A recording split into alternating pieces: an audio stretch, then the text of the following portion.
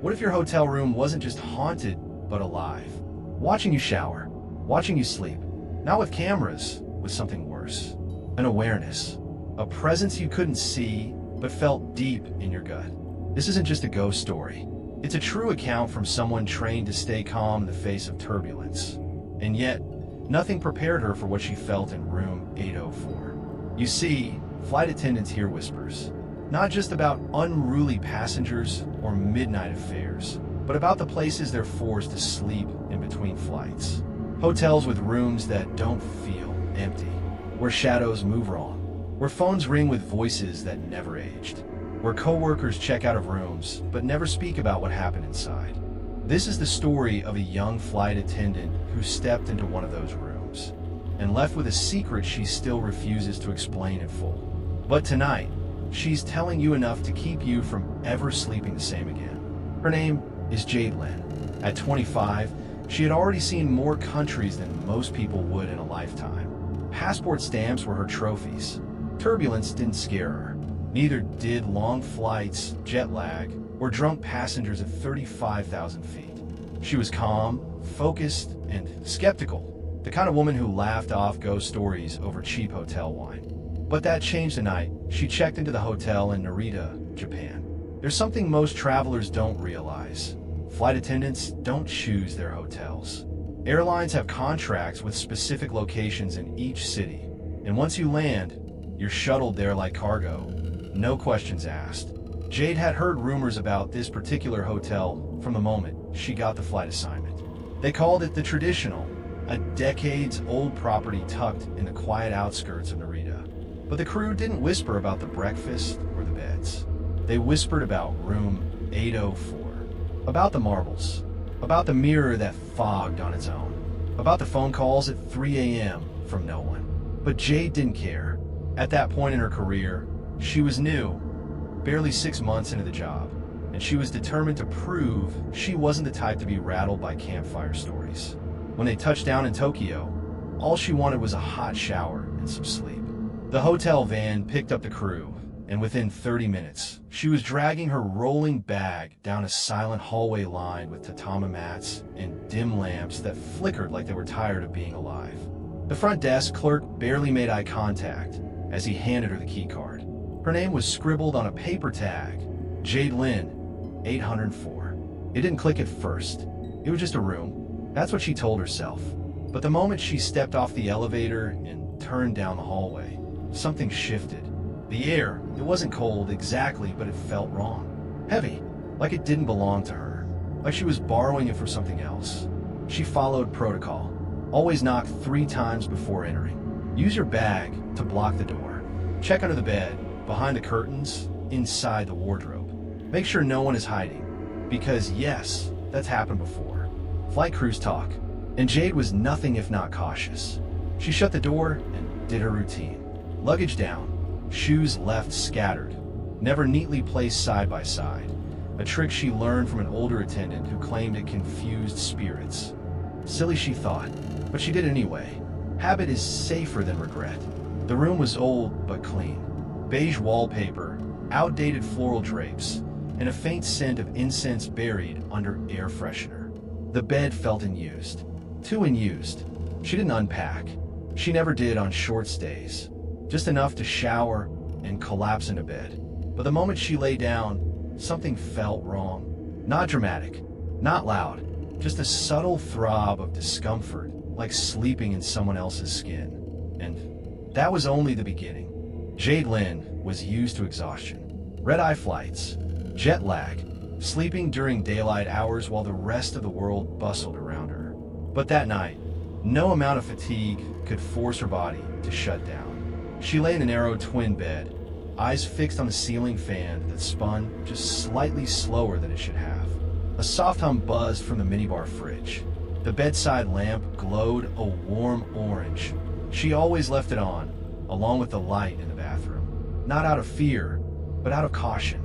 Darkness in unfamiliar rooms had a way of playing tricks on tired minds. But tonight felt different. Not like a trick, not like a joke her brain was pulling. It felt intentional. Sleep came in broken waves, fragments of shallow, dreaming followed by abrupt, heart-thumping awakenings. Each time she drifted off, something pulled her back up. It was like her body refused to relax, like it knew something she didn't. Then came a sound. Tap, tap, tap.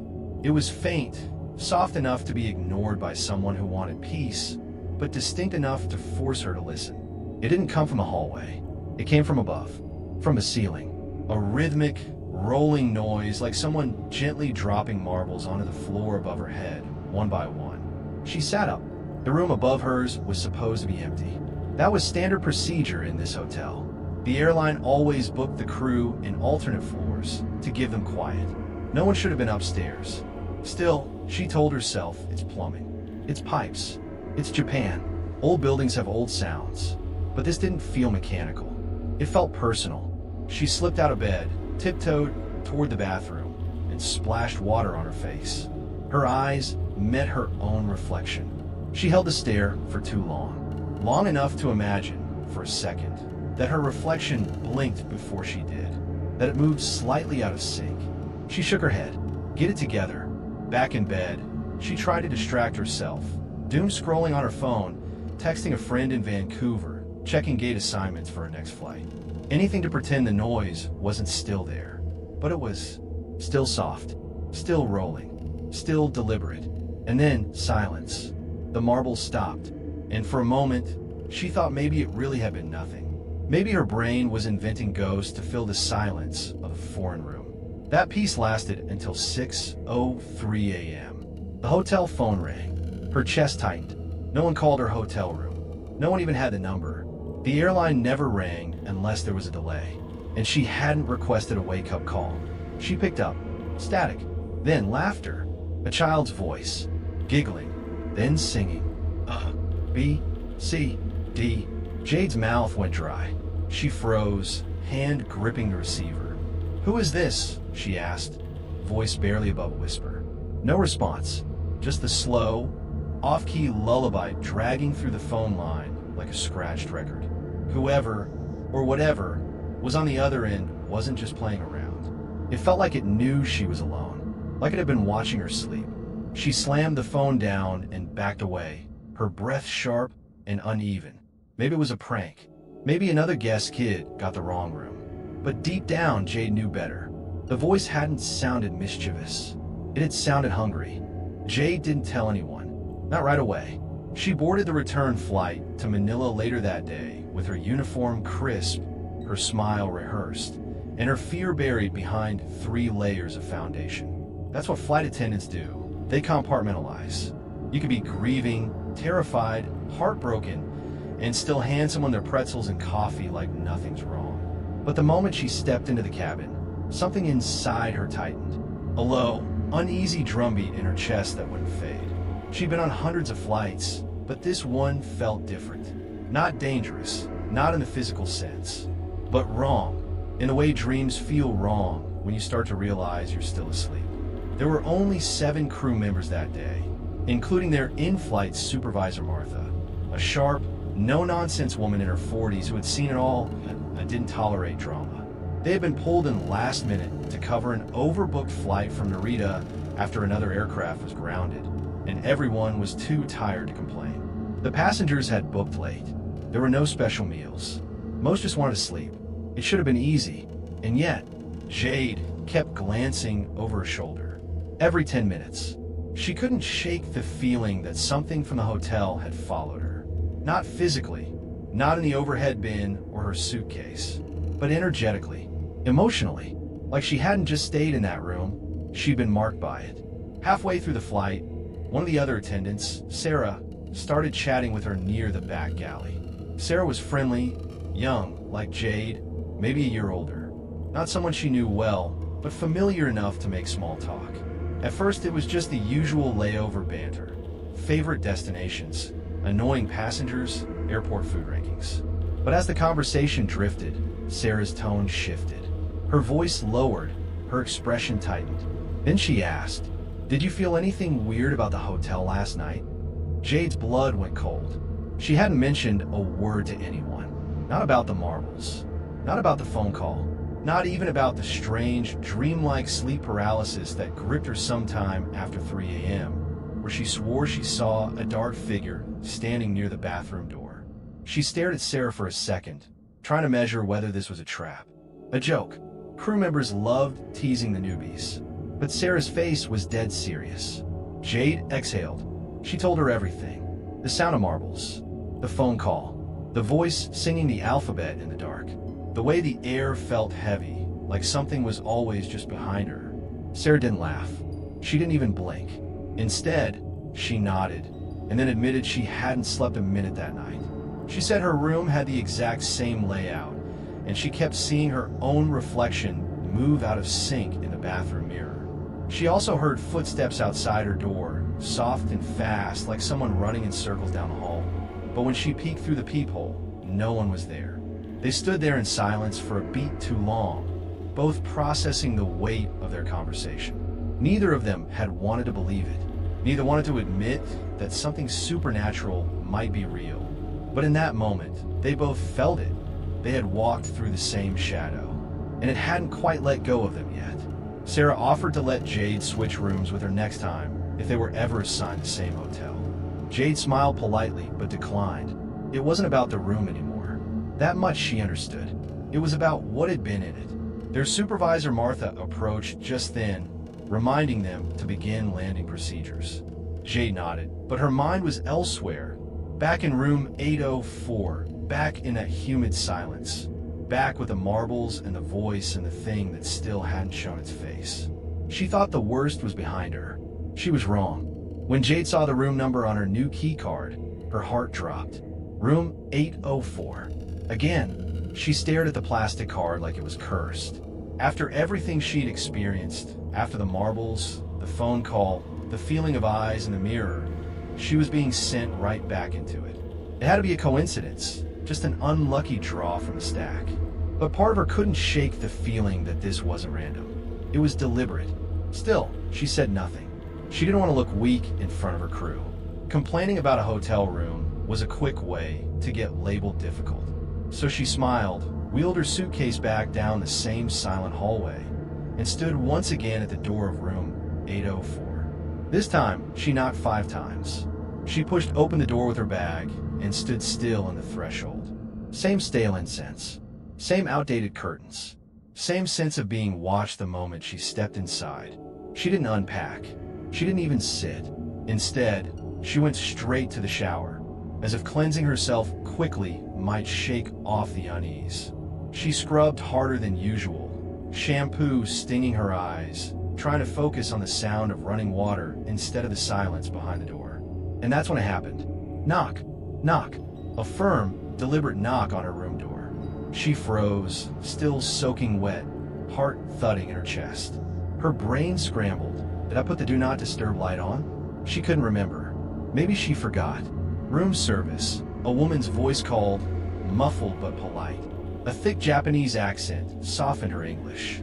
Jade cursed under her breath. She didn't want to be rude. Japanese hospitality was strict, and it wasn't the woman's fault Jade was unraveling. So she wrapped her towel around her wet hair, threw on a bathrobe, and rushed to the door. What she saw made her freeze mid-step. The woman was already inside. She was standing at the bed, changing the sheets. The door hadn't opened. There had been no click, no keycard beep. Jade had heard the knock just seconds ago, but somehow this woman had gotten in, and she was calm, almost too calm, as if this was completely normal. Jade's voice cracked. "Excuse me, how did you get in?" The woman looked up, confused, then smiled gently. "Ma'am, you opened door for me. Then I come in to clean. You go back to shower." Jade's skin prickled. She hadn't opened the door. She knew she hadn't, but something about the woman's tone made it feel final, as if arguing would accomplish nothing, or worse, invite something. The woman returned to folding the new sheets, her hands moving too smoothly for her age. Her face was kind, wrinkled but warm, the type of presence that should have calmed Jade. But it didn't. There was a delay in her movements, like her body was moving from muscle memory, but her eyes weren't entirely present. Jade asked again, slower this time. "I didn't open the door. You were outside. I was in the shower. How did you get inside?" The woman stopped, looked at her, smiled, then said again, word for word, "Ma'am, you opened door for me. Then I come in. You go back to shower. The repetition chilled Jade to her bones. It was too exact, too rehearsed, like a recording. Her breath caught. Her knees buckled. She sat down on the corner of the bed, clutching her towel as tears began to sting her eyes. Tears she hadn't let herself cry since the flight. And the old woman? She noticed. Her expression shifted. She came over slowly, gently placed a hand on Jade's shoulder, and leaned in. Her voice dropped lower, more serious. Next time, no stay in corner rooms.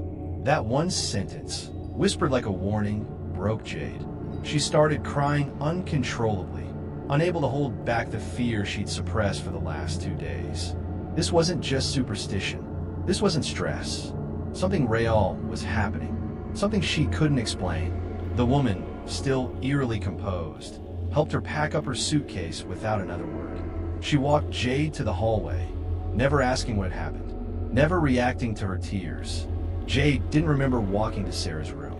She just remembered knocking and whispering, "Please, I can't be alone right now." She spent the rest of that night on a spare bed, clutching her phone, the bathroom light on, praying for morning. Not every haunting waits in hotel corridors. Some buckle their seatbelt beside you. 2 weeks after the Narita incident, Jade Lin was back in the air. She'd pushed the fear down, buried it beneath layovers, flight checklists, and forced smiles. She convinced herself it was a one-time thing, maybe even stress, sleep deprivation. The human mind plays tricks when it's pushed to its edge. Her next flight was a short route to Jakarta, Indonesia, the kind of flight where everything is measured. Her tone, her posture, her ability to stay calm. It was one of her final evaluation routes before her probation period ended. She had to perform. No space for fear. No room for ghosts. Boarding was smooth. She scanned her assigned row. Economy. Mid-cabin. A few empty seats. Not unusual for this route. Passengers shuffled around, switching seats, trying to sit near windows or with their friends. She memorized her passenger list quickly, a skill she perfected.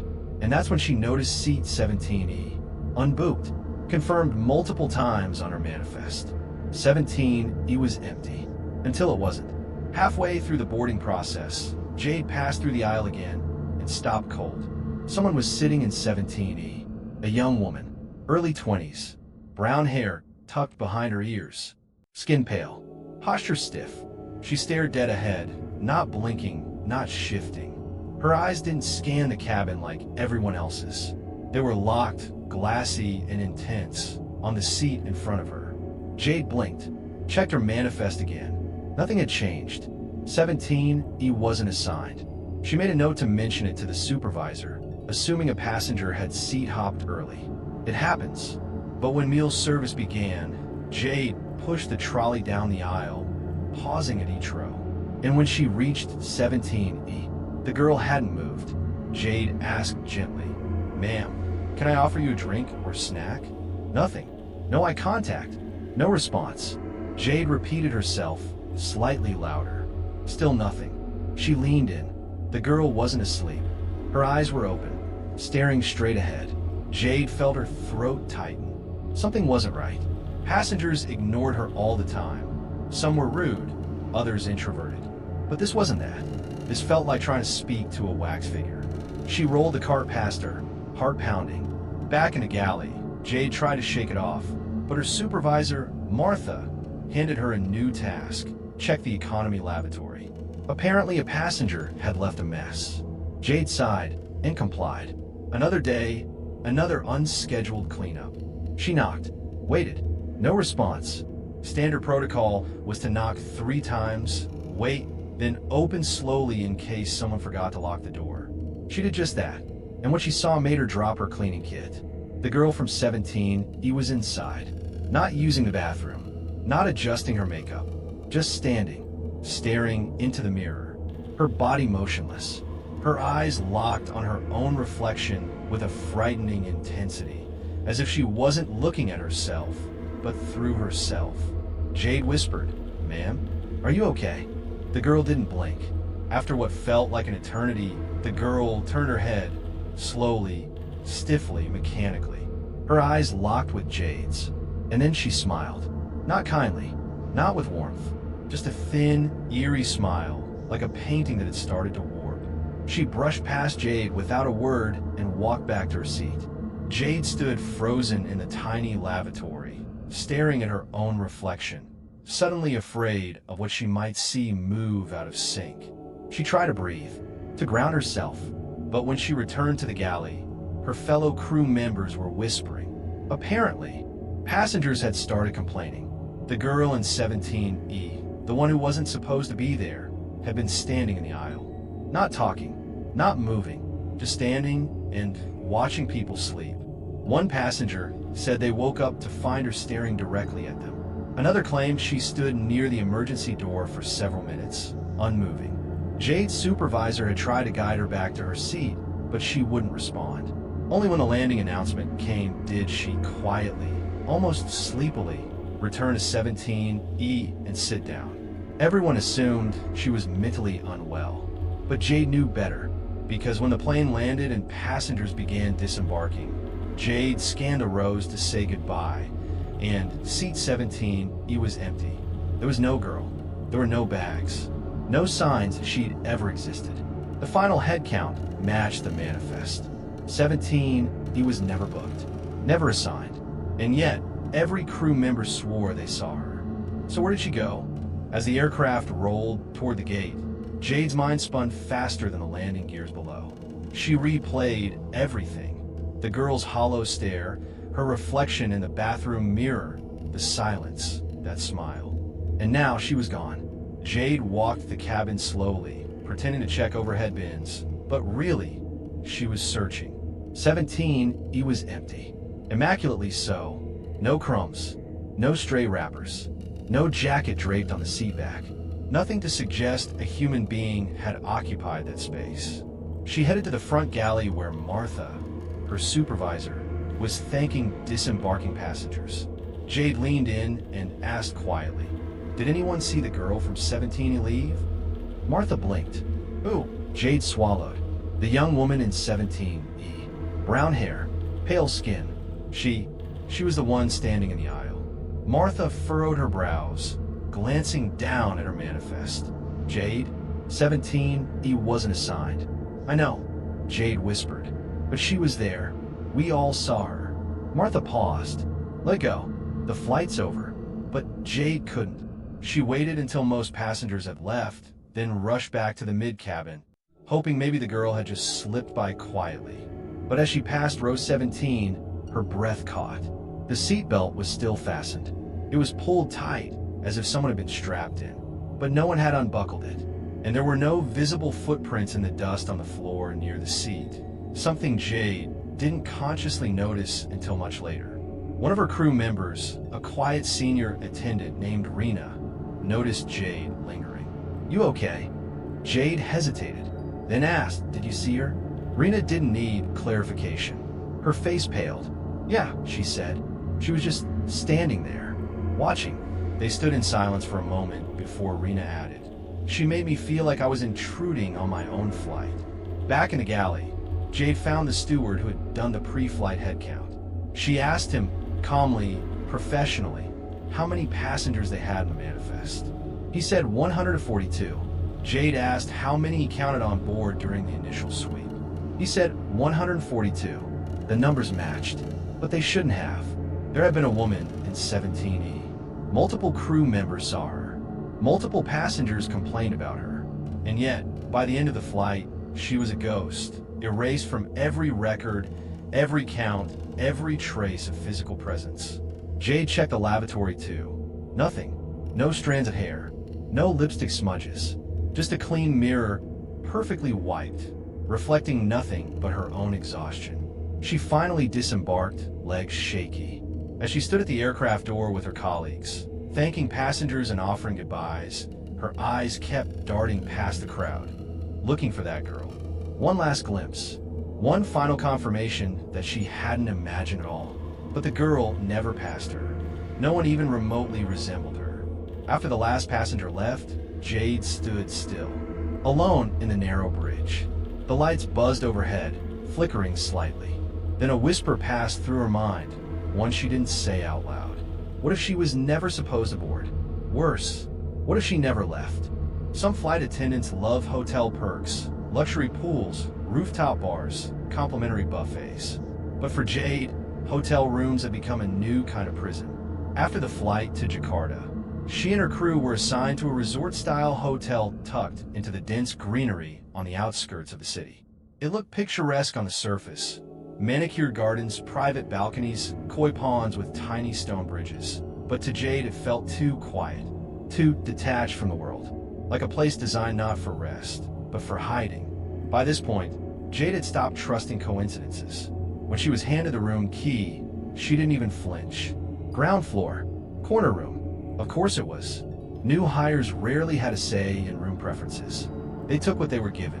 And Jade had learned to accept things with a polite nod and a quiet internal scream. But that night, she wasn't alone. Her co-worker Nina, a fellow probationary crew member, had pulled the worst draw, a different corner room on the opposite end of the resort.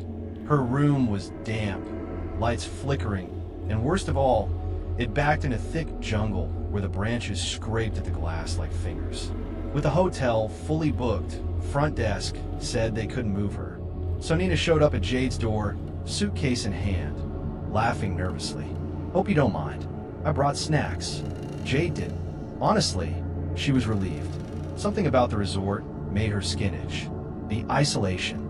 The way the rooms were just far enough apart that no one could hear if you screamed.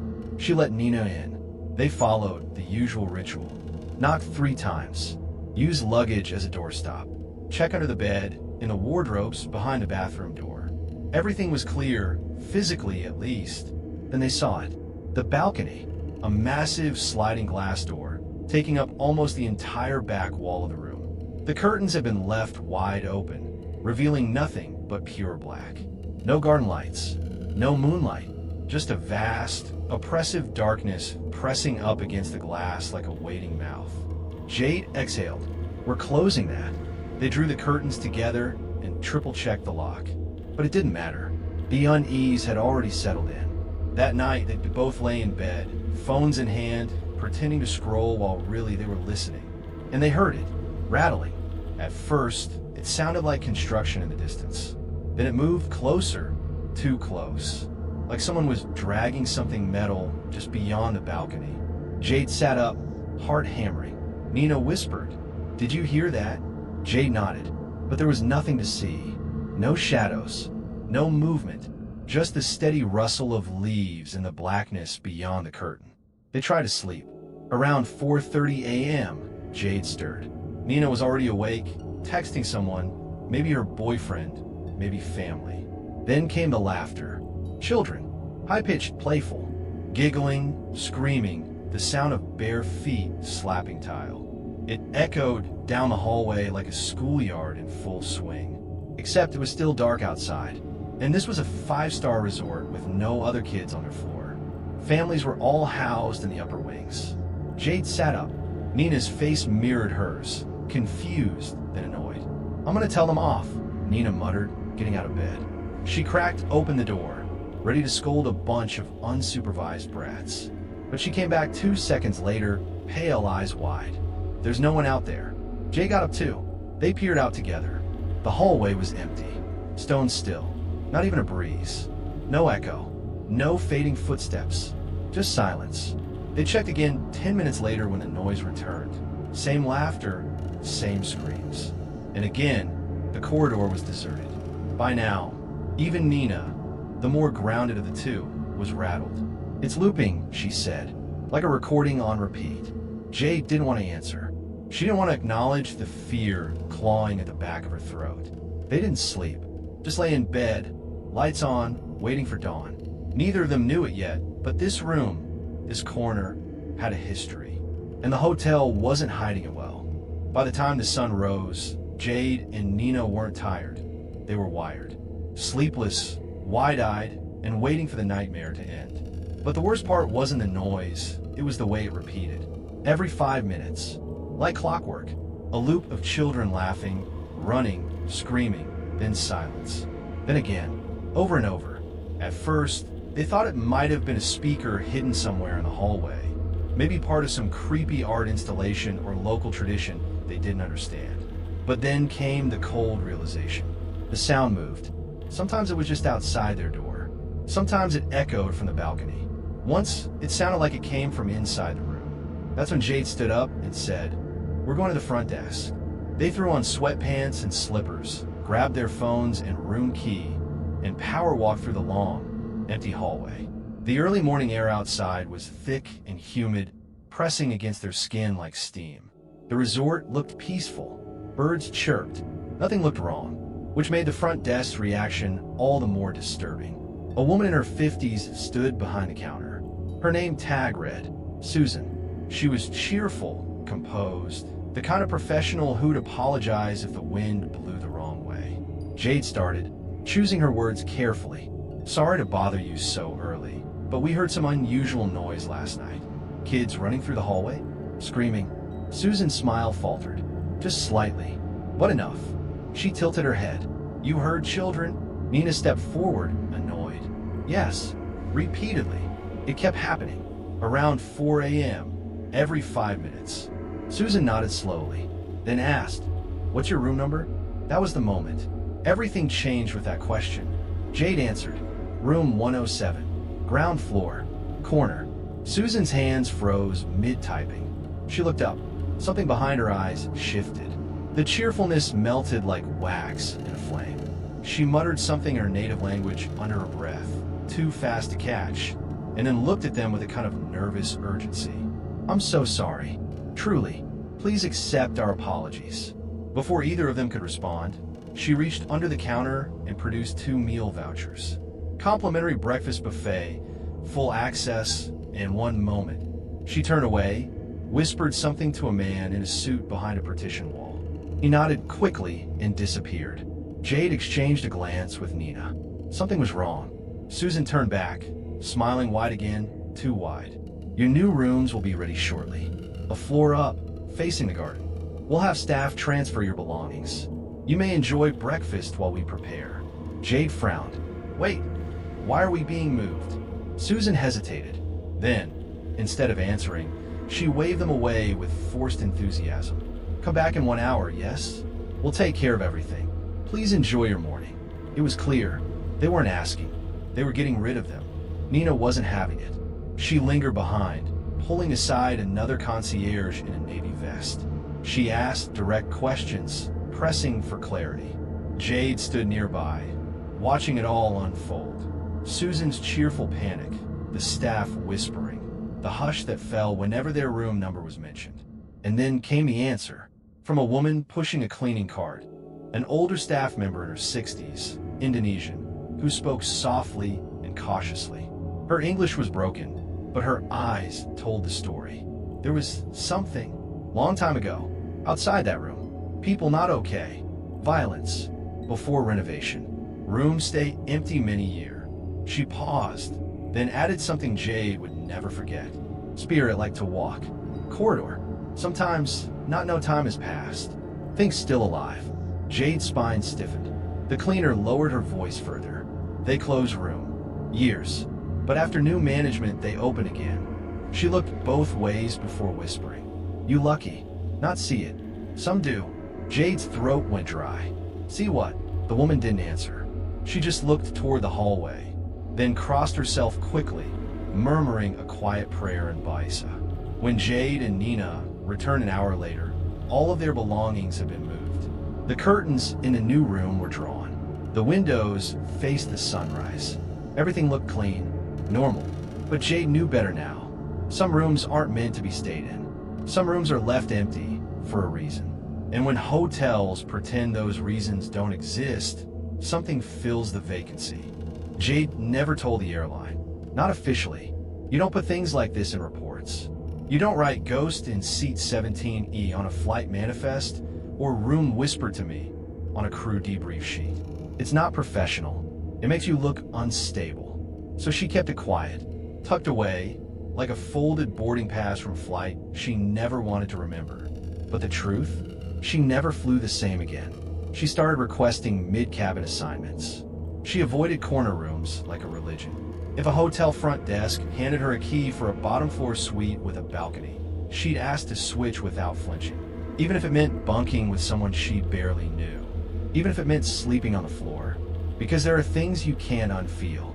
A stare from a reflection that isn't yours, a voice singing to you through static, a presence standing behind you while you're brushing your teeth, so close you can hear it breathing, but when you turn around, there's nothing there. She learned something most people never will. You're not alone just because you can't see anyone, and you're not safe just because the door is locked. Even now, Jade sometimes hears phantom noises in new hotels. A thud upstairs, a rattle by the balcony, a soft knock when no one should be knocking. She doesn't investigate anymore. She turns up the volume on her headphones, leaves the lights on, prays, and every time she walks into a new room, she follows a ritual. She knocks 3 times before entering. She uses her suitcase to prop open the door. She checks the bathroom, the closet, under the bed, and she never, ever places her shoes side by side.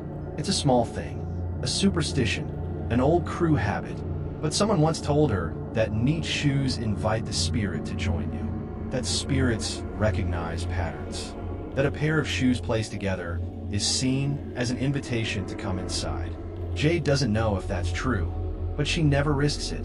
The girl in 17E, she never came back. Not that Jade saw, but she still dreams about her sometimes. Not the way she looked blank, pale, empty, but the way she made Jade feel. Like she was never supposed to be on that plane. Like the seat had waited for her. Like something else had booked it. In the hotel, Jade found out later from another flight attendant, one who'd been flying that route for over a decade, that room 804 had a story. Years ago, a male crew member was found there, unresponsive. No drugs, no violence, just gone. Eyes wide open, mouth slightly parted. No signs of trauma. The official report said cardiac arrest. The crew believed otherwise. Since then, the room had remained mostly vacant, until a management change, until someone forgot why it was empty in the first place. Now Jade tells new crew one thing when they ask about weird layovers or haunted hotels. If you ever get a corner room, ask to switch. If the balcony glass faces pure black at night, draw the curtains and don't look out. If the hotel phone rings before sunrise and a child is singing, don't answer. Ever. Because this isn't a ghost story. This is a warning. You don't have to believe in spirits for them to believe in you.